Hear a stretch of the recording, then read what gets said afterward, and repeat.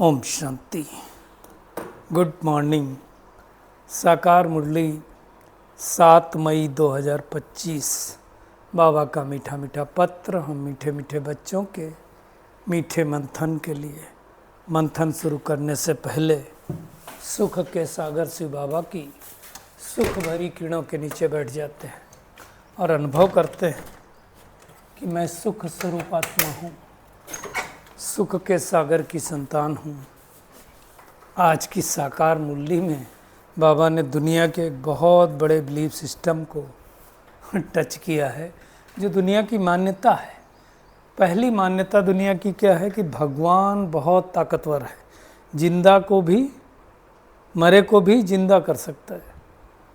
उस belief system को बाबा ने टच किया है और बाबा कहता है हम वो सब नहीं करने के लिए आए हैं और वो हम कर भी नहीं सकते। बाबा ने एक बहुत बड़ी बात बताई है कि मैं क्या करता हूँ, वो सब ताकत नहीं दिखाता हूँ। मेरे अंदर साक्षात्कार कराने की जादूगरी है, मैं साक्षात्कार करा सकता हूँ, लेकिन वो भी ड्रामा में नूंद है।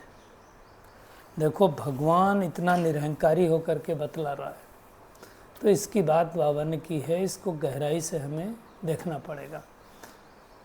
और आज बाबा ने कहा निश्चय ज्ञान योग से बैठता है, साक्षात्कार से निश्चय नहीं होता। मान लो साक्षात्कार हो भी जाए तो हमें थोड़ी निश्चय होगा। तो ये इसको भी अच्छी तरह से हम समझेंगे। आज सत्संग की भी परिभाषा बाबा ने बहुत अच्छी तरह से बताई कि दुनिया में जो सत्संग होते हैं और यहाँ जो सत्संग होते हैं, दुनिया में कितने मतांतर, यहाँ क्या डिफरेंस है, उसको बाबा ने एड्रेस किया है, उसको भी देखेंगे। और दुनिया में पतित पावन एक परमात्मा को छोड़ करके कोई दूसरा नहीं हो सकता। बाकी कोई गंगा नहीं है जो गंगा स्नान करने से कोई पावन बन जाए, होता नहीं है। तो उसको भी हम देखेंगे। आज बाबा ने मीरा को भी याद किया है। बाबा ने कहा अगर कोई डाउट है, कई बार क्या होता है हमारी बुद्धि में बहुत कुछ चलता रहता है लेकिन हम पूछ नहीं पाते हैं। पुराने बच्चे होते हैं तो सोचते हैं हम पूछेंगे तो अब लोग क्या सोचेंगे, वो नहीं, तो पूछ सकते हैं। आज उन ब्राह्मणियों के लिए भी बाबा ने कहा नंबर 1 है। कोई नदी है, कोई तालाब है, कोई गंदा पानी है, कोई बासी पानी होता है, इसकी भी हम गहराई में जाएंगे। और ब्रह्मा बाबा ने जो उस चित्र को बाबा ने याद किया जिसमें लक्ष्मी नारायण के पांव दबा रही थी, और कर्म अकर्म विकर्म की गुहिगत के बारे में भी बाबा ने आज बतलाया हुआ है। आज बाबा ने कहा तुमको मम्मा बाबा की गद्दी फॉलो करो। गद्दी पर कौन बैठेगा? जो प्रिंस प्रिंसेस बनेंगे, उनके बच्चे बैठेंगे, वही बनेंगे ना। और बाबा कहता अनपढ़े को बुद्धू कहा जाता है। अब बाबा क्या कह रहा है, तुम जो पढ़े हो सब भूल जाओ और मैं जो सुनाता हूँ उसको सुनो, उस मत पर चलो। तो बहुत बड़ी बात बाबा ने कही। बाबा के सौदागर की भी बात आई है। सौदागर क्यों है? पुराना दे करके नया, पुराना लेकर के नया देता है, उसकी भी बारे में बात है। मुख्य बात है जो पुरुषार्थ करेगा ऊंच पद पाएगा, है ना। बाकी दुनिया तो लड़ झगड़ के ख़त्म होने वाली है। राइटियस दुनिया और अनराइटियस दुनिया की बात भी आई है। आज बाबा ने एक बहुत बड़ी बात कही कि तुम देखो जन्म जन्मांतर वेद शास्त्र सुनते आए, अब तुम जज करो बाप जो सुनाता है वो ठीक है या वेदों शास्त्रों वाली बात ठीक है ना। रिलीजन इज माइट कहा जाता है। आज बाबा ने कहा रिलीजन ही नहीं है तो माइट कहाँ से रहेगी। इसलिए इररिलीजियस, अनराइटियस, अनलॉफुल, इंसॉल्वेंट बन गए। तो इन अक्षरों को भी हम देखेंगे। और आज बाबा क्या कह रहा है वरदान में कि परिस्थितियों को गुड लक समझो और अपने निश्चय के फाउंडेशन को मजबूत करो। अब परिस्थितियाँ गुड लक कैसे, इसको भी हम देखेंगे। और पुराने वर्ष के साथ साथ बाबा ने कहा विदाई के साथ साथ कड़ुएपन को भी विदाई दो। और वरदाता और वरदानी दोनों का संबंध समीप और स्नेह से निरंतर हो तो कंबाइंड स्वरूप का अनुभव हम कर सकते हैं। हम शुरुआत करते हैं सबसे बड़े बिलीफ सिस्टम के ऊपर, जो कहते हैं कि भगवान कुछ भी कर सकता है, मरे हुए को भी जिंदा कर सकता है, पत्ते पत्ते को भगवान हिलाता है। अब इसकी वजह से क्या हो गया, मान्यताएं ऐसी बन गई और भगवान को लोग दोष भी देने लगे, और बात बात में ये लोग कहने लगे भगवान न करे ऐसा हो गया तो।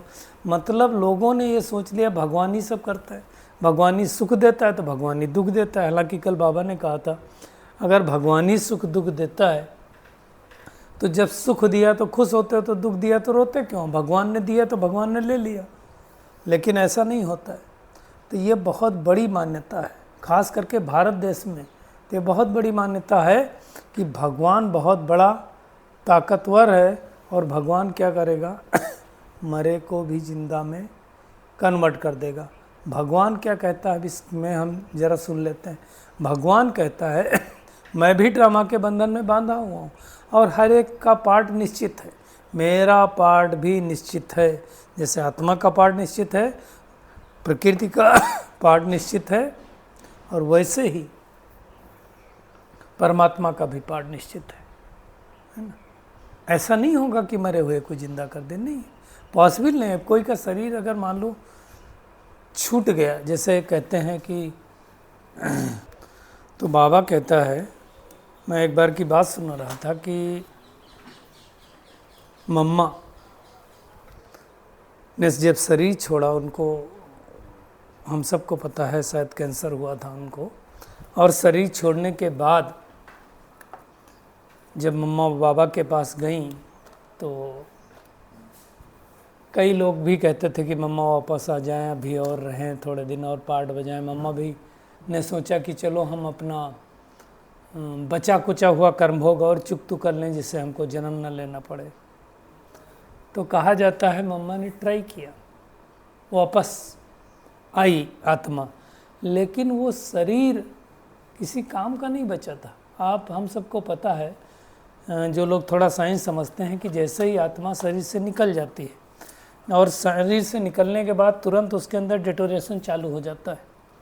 मतलब आत्मा शरीर के निकलने आत्मा के शरीर से निकलने के बाद से ही शरीर डिके होने लगता है, और कहते हैं उनके जो आर्गन्स होते हैं कुछ 1 घंटे तक ही वो आर्गन्स काम में आ सकते हैं, बाकी काम में नहीं आता है। तो ये बात कहना कि मरे हुए को जिंदा कर देगा भगवान, ये हो नहीं सकता। भगवान कहता है जैसे तुम्हारा रूप है वैसे पार्ट निश्चित है, वैसे मेरा भी ना पार्ट निश्चित है। ये सब गपोड़ा है। भगवान कहता है मैं तुमको पढ़ाने के लिए आता हूँ, बाकी कोई ताकत नहीं दिखाता हूँ। हाँ, एक चीज़ ज़रूर है जो भगवान कहता है, मेरे पास साक्षात्कार की जादूगरी है। जैसे कोई नवदा भक्ति करेगा तो उसको साक्षात्कार करा देंगे।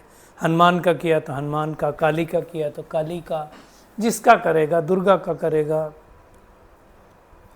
लेकिन बाबा कहता है कि जैसे दुनिया वाले काली का जो रूप दिखलाते हैं वैसी काली है नहीं। काली वैसे तो जगत अम्बा है, अब जगत अम्बा इतनी काली तो नहीं है जितनी दुनिया में दिखाते हैं। तो भगवान आकर के सारी बातें बतलाता है।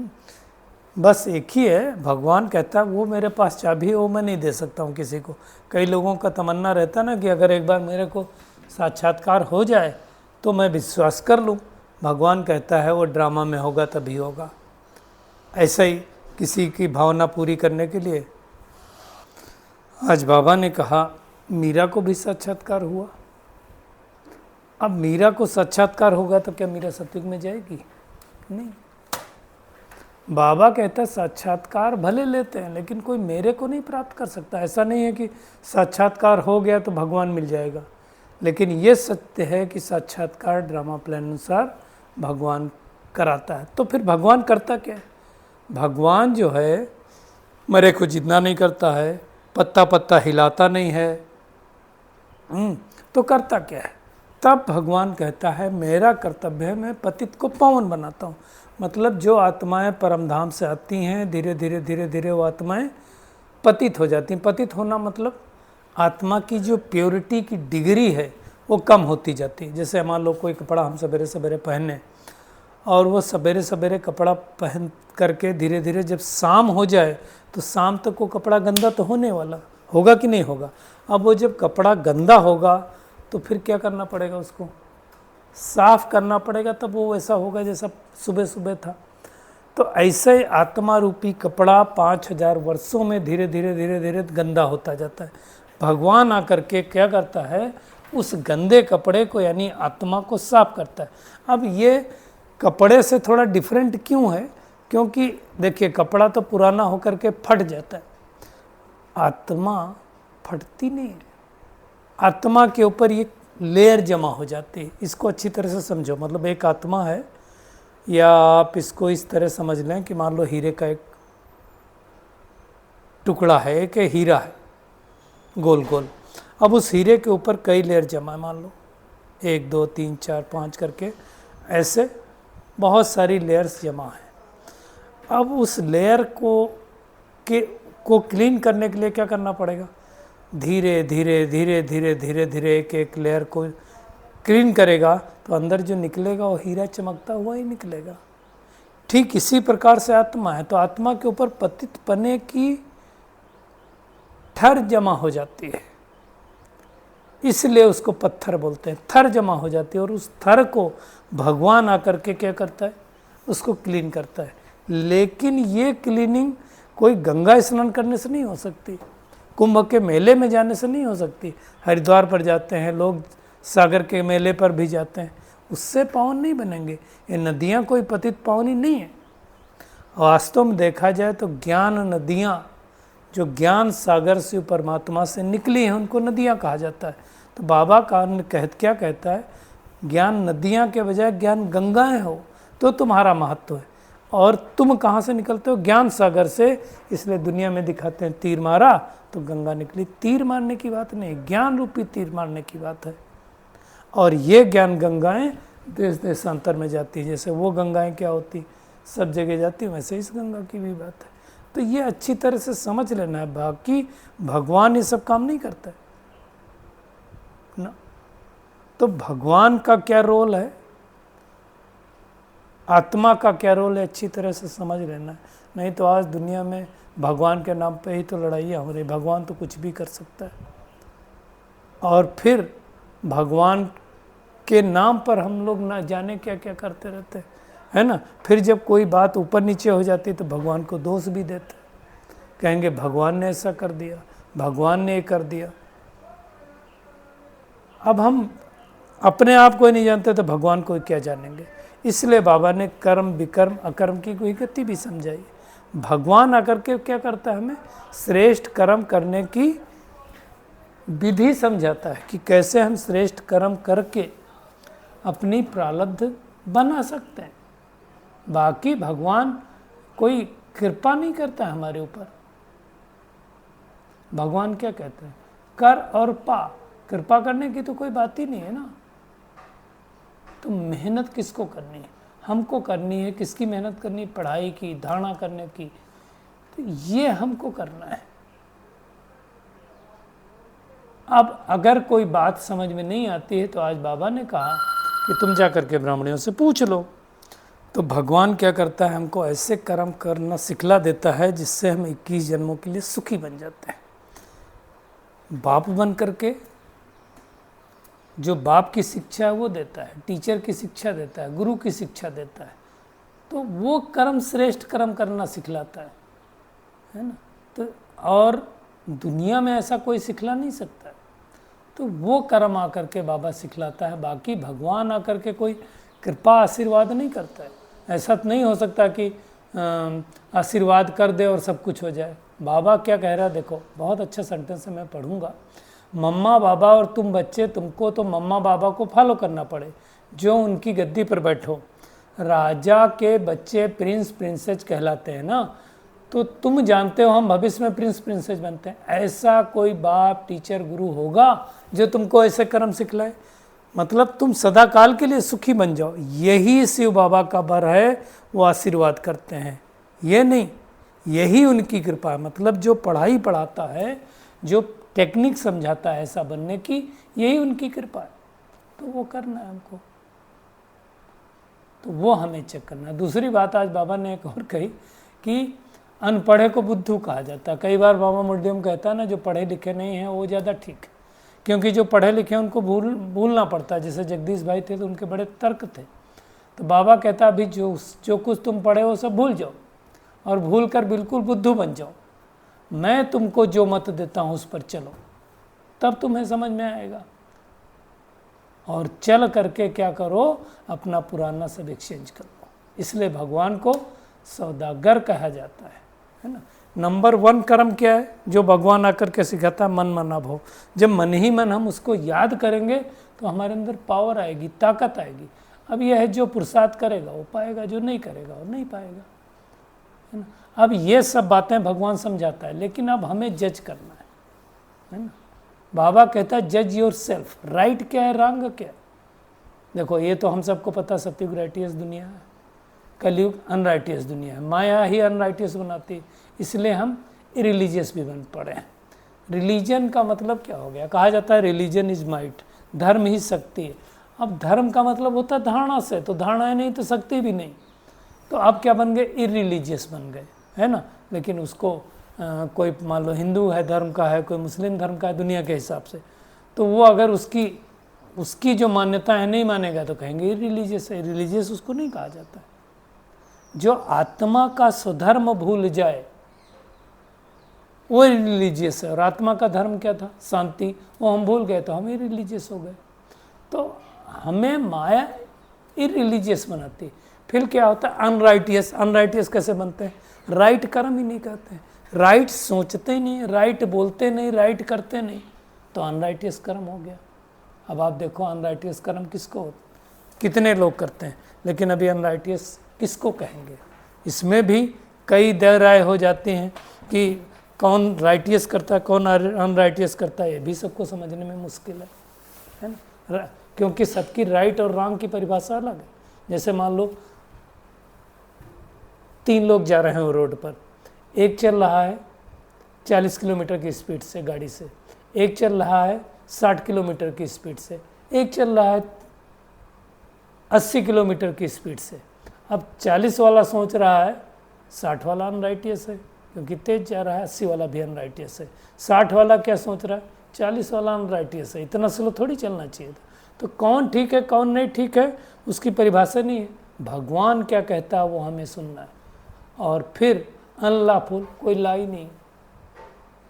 वास्तव में 2 नियम तो इस सृष्टि पर काम करते हैं, एक लॉ ऑफ नेचर तो काम करता ही ना, और दूसरा लॉ ऑफ कंट्री।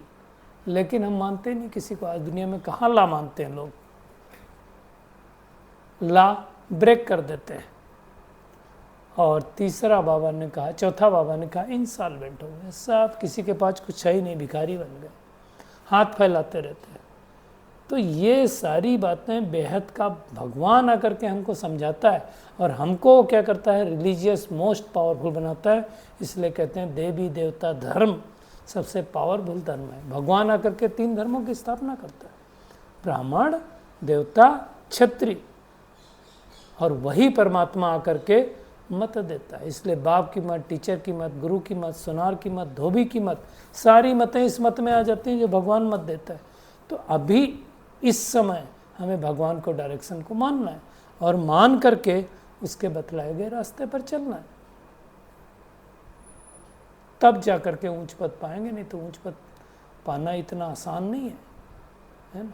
मम्मा बाबा को फॉलो कर रहेंगे तो उनकी गद्दी पर बैठेंगे। अगर प्रिंस प्रिंसेस बनना है तो उनकी गद्दी उनको फॉलो तो करना पड़ेगा ना, बगैर फॉलो किए नहीं होंगे। आज बाबा ने कहा अगर कोई बात नहीं समझ में आती है तो तुम जा कर के पूछो, जो निमित्त भाई बहनें हैं उनसे पूछो। लेकिन उसमें गंगाएं भी बाबा ने कई बार कहा कई तरह की होती। कोई तो क्या होगा, बहुत अच्छी नदी होगी, फिर कोई तालाब भी होगा। तो हमें चेक करना है कि हम तालाब तो नहीं। आज बाबा ने कहा गंदा पानी, अब ऐसे भी बच्चे हो सकते क्या?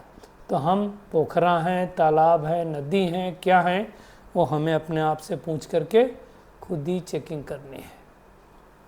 आज के वरदान पे आते हैं। बहुत अच्छा वरदान है, परिस्थितियों को गुड लक समझ अपने निश्चय के फाउंडेशन को मजबूत बनाने वाले अचल अडोल भव। बाबा कहता है कि कोई भी परिस्थिति आए लेकिन क्या करो, हाई जंप दे दो, क्योंकि परिस्थिति आना गुड लक है। अब गुड लक कैसे? Good luck in the sense कि जैसे मान लो कोई परिस्थिति आई तो हमारी स्थिति को चेक कर रही है, हमारी स्थिति को ऊपर हो रही नीचे हो रही, हम मजबूत बनते हैं। इसलिए बाबा ने कहा था opposition leads to you position, निश्चय के फाउंडेशन को चेक कर रहा है। बाबा ने कहा जब एक बार आप अंगद के समान मजबूत हो जाएंगे तो ये पेपर भी नमस्कार करेंगे। देखो अंगद वहाँ गया था, वो भी तो परिस्थिति थी ना, भगवान का जाकर के पैगाम लास्ट समय में रावण को देना कि तुम्हारे पास एक अभी चांस है, समझौता कर लो तो बच जाओगे। अब वहाँ तो उसको किसी ने सम्मान दिया नहीं, तो अपना ही, भाई दूत का काम क्या होता है, उसने बहुत सुंदर तरीके से कहा, दूत या तो वापस चला जाए अपना संदेश दिए बगैर, या तो अपना सम्मान खुद करे। तो मैं अपना सम्मान करने के लिए उसने पूंछ की सीट बना ली। तो भगवान क्या कह रहा है कि कोई सम्मान न दे कोई बात नहीं, आप अपने सम्मान में स्थित हो जाओ। देखो परिस्थितियां तो आएंगी, विकराल रूप में बाबा कहता पेपर आएंगे, लेकिन जब आप अपनी सीट पर सेट होंगे तो मायादासी बन जाएगी। जैसे बाबा ने कहा खाली चैलेंज करो, जैसे पानी के ऊपर लकीर नहीं ठहरती, ऐसे मुझ मास्टर सागर के ऊपर कोई भी परिस्थिति वार नहीं कर सकती। लेकिन उसके लिए क्या चाहिए, स्व स्थिति में रहना पड़ेगा। स्व स्थिति से ही हम अचल अडोल बन सकते हैं। तो चेक करें और इस नशे में स्थित हो जाएं कि परिस्थितियां गुड लक हैं। और पुराने वर्ष को विदाई देने के साथ साथ हमें क्या करना पड़ेगा, कड़वेपन को भी विदाई देना पड़ेगा। हमने अंदर जो कड़वाहट है, कमी कमजोरी है, उसको भी विदाई दो। और आज अव्यक्त इशारे में आया है कि वरदाता और वरदानी दोनों का संबंध, वरदाता कौन, वरदाता कौन, परमात्मा हमारे द्वारा वरदान दे रहा है सबको। तो हमें दोनों की समीपता और स्नेह का अनुभव होना चाहिए। कंबाइंड रूप में रहो तो क्या होगा, पवित्रता की छत्र छाया स्वतः रहेगी, और जहाँ पवित्रता है वहाँ पवित्रता हो नहीं सकती है। तो आज की पूरी मुरली में टेक होम, ये अंतिम जन्म में भगवान जो बतला रहा है उसकी मत पर चलना है, डायरेक्शन पर चलना है, इसमें बहादुरी दिखानी है। श्रीमत पर चलकर श्रेष्ठ कर्म करना है, जो पुराना भला पढ़ा हुआ है उसको भूल जाना है। और भगवान साक्षात्कार तो करा देता है, लेकिन साक्षात्कार की हमें कोई आस नहीं रखनी है। पढ़ाई पढ़ करके अपने आप को शक्तिशाली बनाना और परिस्थितियों को गुड लक समझकर अपने निश्चय के फाउंडेशन